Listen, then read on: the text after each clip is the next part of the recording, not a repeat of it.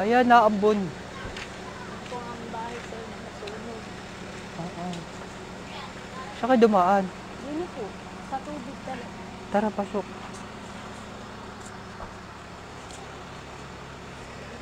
Ayan. Kasi ang tubig na yun, galing po dun. Yun po ang aming bahay. Hanggang saan dito yung baha mo? Baha nyo? Gawa po niyan, no? Bahain po yan. Tubig lang po yan, tubig ulan lang po dyan. Tubig ulan lang po yan. Wala po takwa. So kasama mo dyan, Nay? Yung po ang aking tatlong mga anak na lalaki. Nasaan na? Nandoon po sa bahay ng aking kaibigan. Naulan. Pandong ka, te. Ay, kakasunog lang ngayon. Opo, ngayon lang po araw yan. Kanina lang po. Mga alas 7. Ba't nasunog? Gawa po nung yung daw pong aking mali, yung aking bunso ay 7 taon po, nagsindi daw ng papel. Tapos nung pasindi daw ng papel, inihipan niya. Siguro po hindi nila napansin na may tumalsik na apoy. Oo. Pero nung umalis daw po sila, ayos naman bahay, wala namang ano. Baka yung tumalsik na apoy ay hindi nila napansin. Oo. Yung tumalsik na ano ng papel. Yun po siguro ang umpisa ng sunog. Asawa mo? Wala po akong asawa, Oh. 7 taon po. Ang trabaho mo, Nay? Nagkakari po sa bayan. Kakare? Anong kare? Yung kantin po. Sa Kainan. kantin. Kailan? Palengke. Doon po sa Tagiliran. May tubig din po doon eh.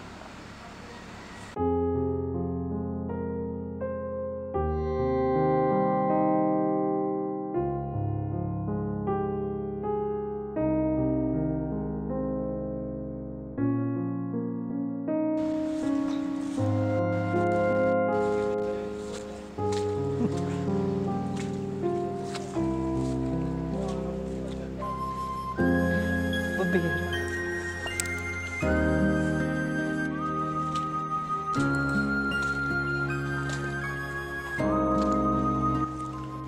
Ano to, Nay?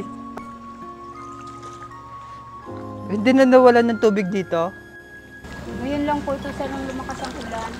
Nawawala rin po ito kaya lang mga ilang araw po bago mawala. Okay. Bigyan po ito nagmumula baha ito po yung ano yun.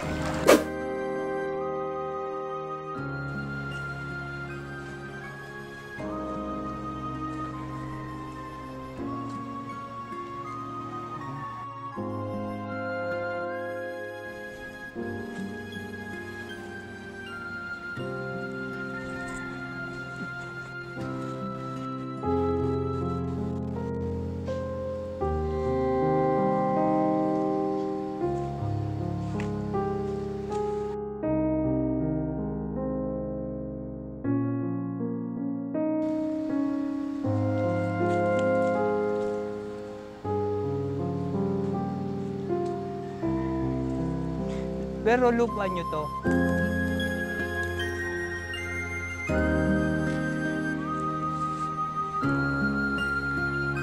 Parang ano,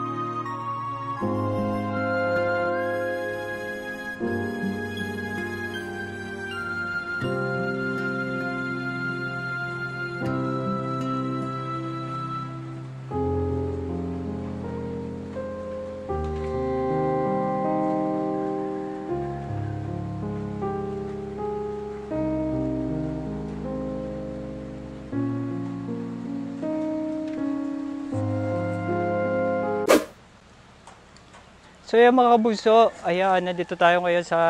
Nay, anong pangalan mo uli? Rosa Labangco po.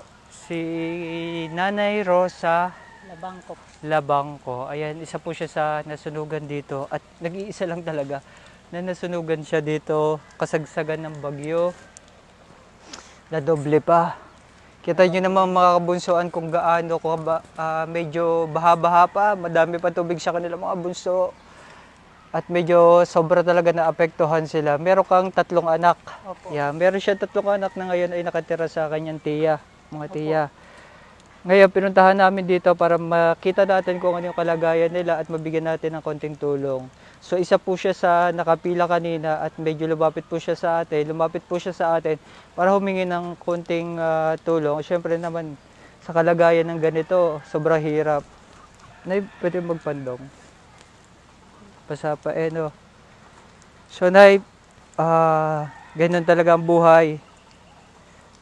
Minsan darating sa ating buhay yung mga ganitong pagsubok. Pero patuloy lang po tayo. Nagdadasal ka ba, Nay? Opo. Ayan. Sa hirap ng buhay natin, minsan, kahit anong pray natin, masasabi natin minsan, kailan? Yung tanong. Kailan may ibibigay ni Lord yung ating mga dalangin? Basta maniwala ka lang, Nay, na patuloy ka lang tumawag sa Kanya hanggang sa mabingi siya. Tawag ka lang ng tawag ng tawag ng tawag. Dasal ka lang ng dasal.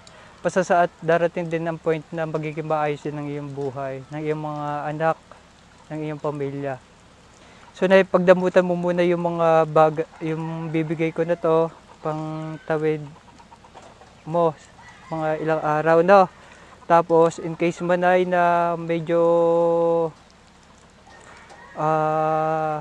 may time pa at makabalik pa tayo kung ano pa yung pwede natin maitulong sa inyo, at ating pagtutuunan din ng pansin. Sa ngayon, yan po muna ha, at madami pa tayong siguro awa ng Diyos, baka sakali, no, marinig ni Lord yung ating mga dalangin, pansamantala yan po muna yung may bibigay namin na tulong para sa inyo. Tanggapin niyo po muna ha, at iyan po ay bigay din po ng ating mga OFW. Opo. Sa mga kabunsuan po natin dyan na nagbigay tulong sa Sa mga inyo. nagbigay tulong po ng financial na ito, maraming salamat po sa inyo. Malaking tulong na po ito para sa amin. Ano masasabi mo pa, Nay? Ano masasabi mo po, Nay? Sa nangyari sa buhay mo? Medyo mahirap po tanggapin sa kalooban na nawalan ka ng sariling bahay. Kasi lahat po ng ipinundar na yan, ako lahat na naghirap at nagastos niya. Pati po pag-aaral ng mga anak ko, ako rin po nagagastos. Wala po akong katulong kundi ako lang. Kaya ako po yung nagpapasalamat sa nagbigay ng tulong sa amin. Maraming salamat po sa inyo. Malaking tulong na po ito sa amin.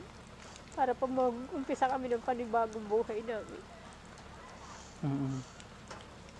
Sa mga nagbigay po ng tulong sa amin, maraming salamat po. At sa may mga mabubuting kalooban po sa inyo, na sana po kami inyong matulungan.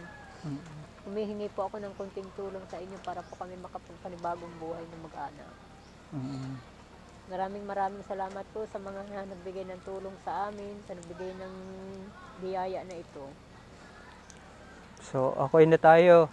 So, salamat din po sa Panginoon at kahit pa paano walang napinsala sa aking mga anak. Ayun na yung importante. Yun po importante kasi kaya lang naman ako lumalaban sa buhay. Gawa nila. Sila ang dahilan, sila lang ang lakas loob ko, sir. Yung mga panahon na yun, nasaan ka ba? Nasa trabaho po. Sa trabaho. Maaga ka pa doon? Opo, naalis pa ako dito sa amin alas 4:30, gayon po. Tapos nabalik ka? Hapon na po, mga alas 4, alas 5 na gayon. Sige. So, pagbalik mo dito, wala na, nabalitaan mo na. Yun po, tumawag na lang po sa amin yung ama ng katrabaho ko doon na nasusunog na nga daw ang aming bahay. Okay, pasensya na Nay ha sa nangyari. So ayan mga kabusod, na po nagtatapos yung aming pinagagawang video. Malungkot man po ang naging sitwasyon ni Nanay Rosa. Pero darating ang point na dasal-dasal lang tayo. Sana nga po sa pagsubok na ito, ang kapalit nito ay kaginhawahan na namin gano'n na. Gano'n talaga, Nay. Maniwala ka lang. Huwag lang tayong lilimot po kay Lord. Yes.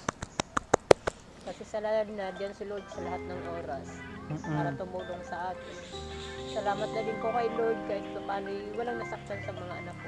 Yun lang po ang lagi kong dasal kay Lord. Iligtas sa aking mga anak. Kasi yun lang po ang buhay ko. Yun lang po lakas ang aking kalooban. Mga anak ko po sila mapag-aral. Yun lang po. Yeah, basta kapit lang tayo sa ating mga pinanghahawakan na masasabi natin ito yung pinanghahawakan ko, ito yung dasal ko, ito yung dalangin ko, ito yung hinihiling ko. Maniwala tayo na darating ang point na mangyayari na sa ating buhay na kung anong hiniling natin siyang darating. Ano Nay? Ayan, doon nga po, ayan, So yun nga mga kabunso, doon na po nagtatapos ang aming pinagagawang video. Sana kahit pa paano mga kabunso ay nakatulong tayo ng konti kay Nanay Rosa. At salamat po syempre mga kabunsuan sa inyong binigay na tulong sa pamilya ni Nanay Rosa. Ayan, kung sakasakali kung mamarapate, makabalik tayo mga kabunsuan para patuloy po nating mabigyan ng kaginhawaan ng buhay ng pamilya ni Nanay Rosa.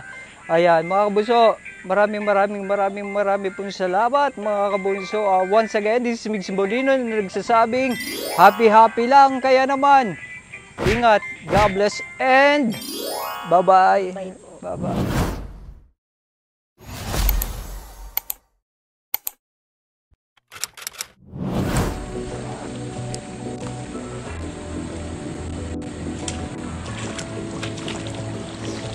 Sanay ka na sa baha.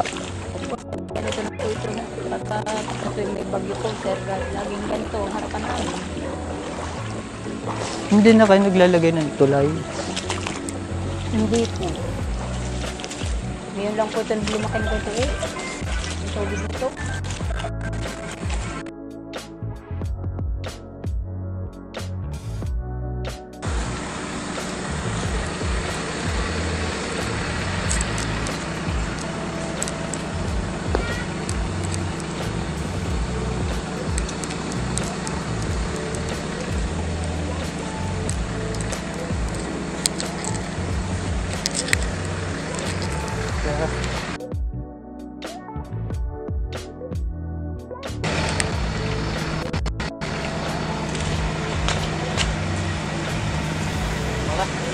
Tara. Salamat po.